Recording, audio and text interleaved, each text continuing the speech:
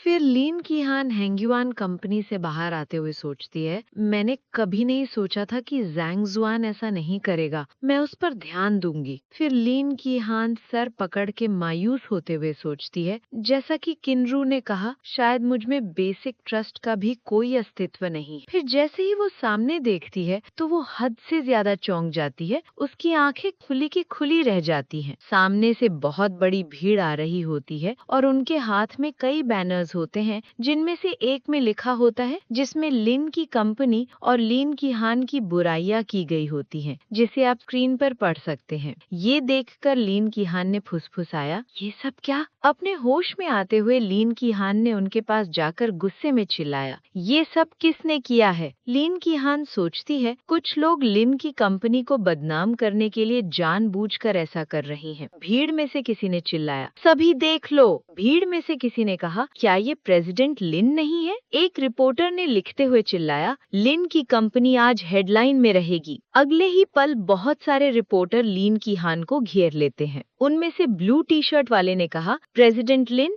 मैं ही Guo TV से हूँ। मैं आपसे पूछना चाहता हूँ कि इस बार आपके हस्बैंड इतने बड़े घोटाले में फंस गए हैं, एक पत्नी के रूप में क्या आप वाकई उन्हें प्रोटेक्ट करना जारी रखना चाहती हैं? फिर रेड टी शर्ट वाले ने कहा, क्या आपको लगता है कि पैसा कानून से ऊपर है? दूसरे शब्दों में, क्या आप सिर्फ एक हाथ से आसमान को ढकने की योजना बना रही हैं? तभी एक कैप वाले रिपोर्टर ने कहा, प्रेसिडेंट लिन, मैं। लेकिन वो अपनी बात पूरी करे उससे पहले ही लीन की हान उसे गुस्से में घूरने लगती है। तभी लीन की हान सोचती है, ये सभी क्वेश्चंस लिन की कंपनी से पूछे गए हैं, चाहे इनका उत्तर कैसे भी दिया जाए, इससे प्रतिकूल सिचुएशन ही उत्पन्न होगी। तभी पीछे से झेंगचू आते हुए कहता है, आप सभी शांत रहें, यदि आपके ज्यादा क्वेश्चंस हैं तो मुझे उत्तर देने दीजिए। फिर उसी कैप वाले रिपोर्टर ने झेंगचू के पास जाकर कहा, मिस्टर झेंग, क्या आपको कुछ पता है? झेंगचू ने मुस्कुराते हुए कहा, बेशक, आखिरकार हमारी झेंग फैमिली और लिन फैमिली ओल्ड फ्रेंड है, लेकिन प्रेसिडेंट लिन के लिए इसे मुश्किल मत बनाओ, क्योंकि उनका हस्बैंड कमीना है, इसीलिए उसका प्रेसिडेंट लिन से कोई लेना देना नहीं है। फिर झेंगचू ने बैनर दिखाते हुए कहा, क्या आपने देखा कि इस पर क्या लिखा है? ये बिल्कुल सच है। विक्टिम की सेक्रेटरी ने कल रात अपनी आंखों से ये सब देखा था, लेकिन जैंग जुआन घर जमाई है जो लिन फैमिली से पैसे लेने आया है, पर वो अक्सर ऐसा करता है। उस जैसे व्यक्ति का बिहेवियर जानवर से भी नीच है, उन्हें यहाँ से निकालकर मार देना चाहिए। तभी कैप वाले रिपोर्टर ने मुस्कुराते हुए चिल्लाया, मिस्टर झेंग, आपने जो कहा वो सच है। तभी दूसरी किहान की बॉडीगार्ड ने भीड़ से निकलकर कहा, प्रेसिडेंट लिन, आइए पहले हम यहाँ से निकल लें, स्थिति अब बहुत खराब हो गई है, इसीलिए यहाँ आपकी अपनी प्रोटेक्शन की गारंटी देना मुश्किल है। तभी लिन किहान ने उदास होते हुए कहा, नहीं, अगर हम अभी चले गए तो हम अपना नाम फिर कभी साफ नहीं कर पाएंगे। मुझे बिलीव नहीं है कि जैंग जुआन ये सब करेगा, इस मामले की हर कीमत पर वेरीफाई करनी होगी। उतने में ही जैंग जुआन वहाँ पहुँच चुका होता है। ये सब सुनकर जोर जोर से हंसने लगता है, तो लिन किहान उसकी हंसी सुनकर उसकी तरफ देखती है। तभी जैंग जुआन ने शांत होते हुए कहा, वेरीफाई करने की कोई जरूरत नहीं है, मुझे इसके बारे में सब कुछ पता है। तभी लिन किहान ने हैरान होते हुए कहा, जैंग जुआन, तुम कब वापस आ गए? जैंग जुआन ने शांत होते हुए कहा, सॉरी, मुझे आने में देरी हुई, लेकिन अब बाकी का काम मैं संभाल लूंगा। तभी जैंग जुआन ने रिपोर्टर्स और झेंगचू की तरफ जाते हुए कहा, हेलो एवरीवन, मेरा नाम जैंग जुआन है, लेकिन इस प्रॉब्लम के लिए मेरे पास एक दूसरा सोल्यूशन है, तो क्या आप लोग वो जानना चाहते हैं? उस कैप वाले रिपोर्टर ने जैंग जुआन की तरफ देख के सोचता है, क्या वो इस घटना का प्रोटैगनिस्ट है? तभी दूसरे रिपोर्टर ने कहा, सच का एक और वर्जन? क्या इस मामले में कुछ अन्य रहस्य भी छिपे हुए हो सकते हैं? तभी झेंगचू जैंग जुआन के पास आते हुए कहता है, हर कोई सीसीटीवी कैमरों को देख चुका है, इसीलिए ये स्पष्ट है। तो क्या अब तुम काले को सफेद में बदलने की कोशिश कर रहे हो? मैंने पुलिस को पहले ही फोन कर दिया है, इसीलिए अब बस पुलिस के आने का इंतजार करो। जैंग जुआन ने एटीट्यूड में कहा, क्या तुम्हें यकीन है? फिर जैंग जुआन ने कुछ फोटोज निकालकर मुस्कुराते हुए कहा, सभी लोग प्लीज इसे ध्यान से देखें। तभी वहां मौजूद सभी रिपोर्टर्स ने फोटोज देखकर चिल्लाया, क्या ये घटना वास्तव में मिस्टर झेंग से रिलेटेड है? जैंग जुआन फोटोज को ऊंचा करके झेंगचू की तरफ देखकर मुस्कुराने लगता है। तभी झेंगचू ने झूठी मुस्कान के साथ फुसफुसाया, क्या तुम्हें लगता है कि ये तस्वीरें उपयोगी होंगी? तभी बाई ची पीछे से उस सेक्रेटरी और किडनैप करने वाले आदमी को लेकर आते हुए कहा, बॉस ये रहे वो लोग। झेंगचू ने चौंकते हुए चिल्लाया, धिक्कार है, जैंग जुआन को ये कैसे पता चल गया? तभी उस आदमी ने उंगली करते हुए कहा, वो रहा, उसने ही मुझे प्रेसिडेंट किन को दवा देने के लिए मजबूर किया था। सॉरी, मैं इस सीक्रेट को छिपा नहीं सकता। फिर उस सेक्रेटरी ने चेक दिखाते हुए कहा, मिस्टर झेंग ने मुझे जैंग जुआन को फंसाने के लिए 5 लाख का चेक दिया था। मिस्टर जैंग जुआन, मुझे माफ करें। इतना सुनते ही सभी रिपोर्टर झेंगचू को घेर लेते हैं। एक रिपोर्टर ने कहा, मिस्टर झेंग, क्या कुछ और भी है जिसे स्पष्ट करने की आवश्यकता है? दूसरे रिपोर्टर ने कहा, अब जबकि सबूत पूरी तरह से मौजूद हैं, वो उस छोटे से सर्वेलेंस वीडियो से कहीं अधिक विश्वसनीय हैं। दूसरे किसी रिपोर्टर ने कहा, मिस्टर झेंग, ये सब कैसे है? तभी झेंगचू ने सबको हटाते हुए कहा, चले जाओ, मुझसे दूर हो जाओ। तभी झेंगचू सोचता है, इस स्थिति में मुझे डर है कि अगर मैंने ये जगह नहीं छोड़ी तो बहुत देर हो जाएगी। तभी पुलिस ऑफिसर आकर एफआईआर दिखाते हुए कहते हैं, सभी लोग हिलना मत, आप सभी जहां हैं वहीं रहें। फिर पुलिस ने झेंगचू की तरफ देखकर कहा, हमारे पास कंप्लीट एविडेंस है, प्लीज हमें फॉलो करें। तभी झेंगचू सोचता है, धत तेरी की, मैंने पुलिस को फोन किया था, क्या सिर्फ खुद को गिरफ्तार करवाने के लिए? फिर 3 घंटे बाद लिन की हान के विला में जैंग जुआन और लिन की हान दोनों बैठे होते हैं। लिन की हान ने गुस्से में कहा, मेरे हस्बैंड, ऐसा लगता है कि किनरू आपको पसंद करती हैं। क्या आपको पता है? जैंग जुआन ने हंसते हुए कहा, ये तो नामुमकिन है, मैंने उसे बताया था कि मेरी शादी को काफी समय हो गया है। तभी जैंग जुआन ने लिन की हान के करीब आते हुए कहा, मेरी वाइफ, क्या तुम्हें जलन हो रही है? ये सुनकर एक पल के लिए कीहान चौंक जाती है। तभी लिन कीहान ने शर्माते हुए मुंह छुपाकर कहा,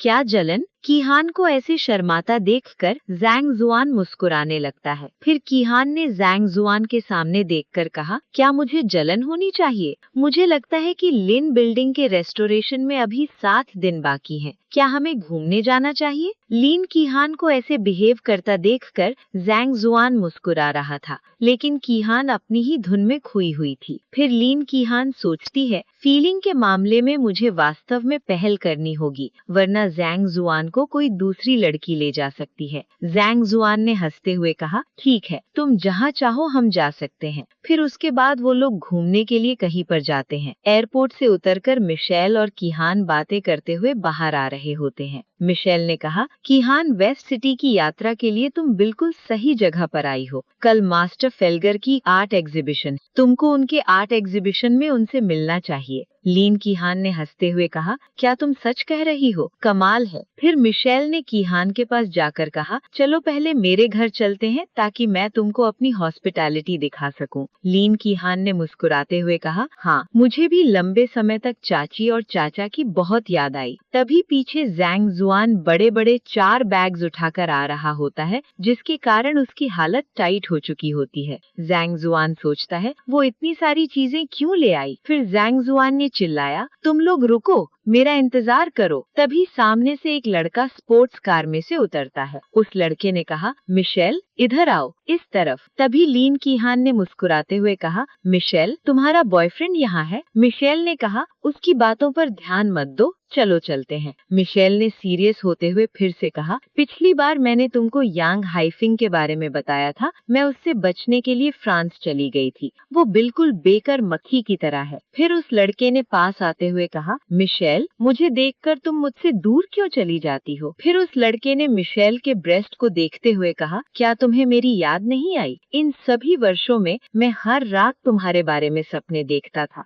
मिशेल ने गुस्से में चिल्लाया, बस चुप हो जाओ, मेरा तुमसे कोई रिश्ता नहीं है, मुझे यहाँ शर्मिंदा मत करो। तभी उस लड़के ने अपने गॉगल्स को थोड़ा सा नीचे करके कहा, मुझे बहुत दुख हो रहा है, तुम मेरे साथ ऐसा बर्ताव कर रही हो, कहीं तुम किसी दूसरे लड़के के साथ तो नहीं हो? फिर वो लड़का गॉगल्स को थोड़ा और नीचे करते हुए पीछे झांग जुआन की तरफ देखता है। उस लड़के ने जैंग जुआन के पास आकर उंगली दिखाते हुए चिल्लाया, अरे क्या ये तुम ही हो? मुझे परवाह नहीं कि तुम कौन हो, लेकिन तुम्हें मेरी मिशेल की जिंदगी से निकल जाना चाहिए। दूसरी तरफ मिशेल ने लिन की हान को धीरे से कहा, मुझे कुछ समय के लिए अपने हस्बैंड को उधार दे दो। फिर मिशेल ने जैंग जुआन के पास आकर कहा, डार्लिंग, तुम इतनी धीरे क्यों चल रहे हो? हमें देर हो रही है। ये सुनकर वो लड़का चौंक जाता है और उसी के साथ जैंग जुआन भी थोड़ा चौंक जाता है। तभी उस लड़के ने जैंग जुआन को गले से पकड़कर चिल्लाया, ए लड़के। लड़के ने मुक्का मारने के लिए रेडी होते हुए चिल्लाया, लानत है तुम पर,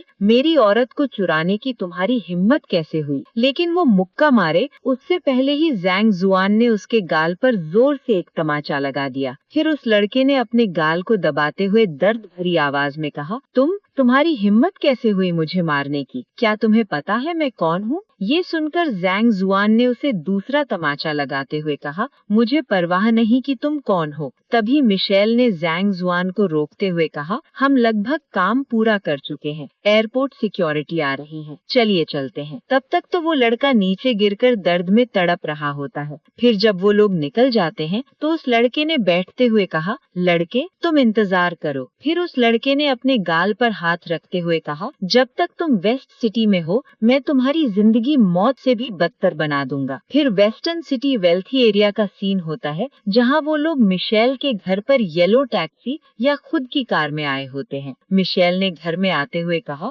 डैड, मॉम, मैं घर वापस आ गई हूँ। उसके साथ कीहान और जैंग जुआन भी एंटर करते हैं। तभी मिशेल के पेरेंट्स बाहर आते हैं तो इतने दिनों बाद अपनी ही बेटी को देखकर खुश हो जाते हैं। फिर मिशेल की मॉम ने कहा, फाइनली तुमको घर लौटने का एहसास हुआ। फिर मिशेल ने जैंग जुआन की तरफ इशारा करते हुए कहा, ये कीहान के हस्बैंड जैंग जुआन हैं। आप लोगों ने कभी नहीं सोचा था कि इस लड़की ने हमें बिना बताए शादी कर ली। मिशेल के पेरेंट्स ने जैंग जुआन को देखकर चौंकते हुए कहा, जैंग जुआन? तभी झांग जुआन ने सर खुजाते हुए कहा, अंकल शियाओ, आंटी शियाओ, ये तो आप दोनों ही हैं। तभी मिशेल और लीन चौंकते हुए झांग जुआन की तरफ देखते हैं। मिशेल ने चौंकते हुए चिल्लाया, क्या आप दोनों एक दूसरे को जानते हैं? तभी मिशेल की मॉम ने झांग जुआन के चेहरे को छूते हुए कहा, मेरे बच्चे, तुम 10 साल से गायब हो। तभी झांग जुआन ने शांत रहते हुए कहा, चाची Xiao.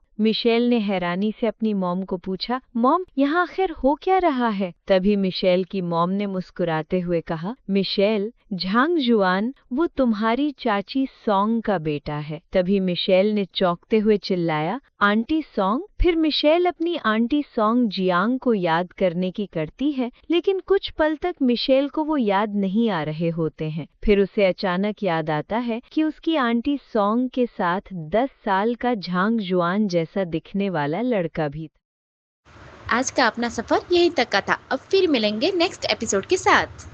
Thanks for watching our videos. Please like and subscribe guys.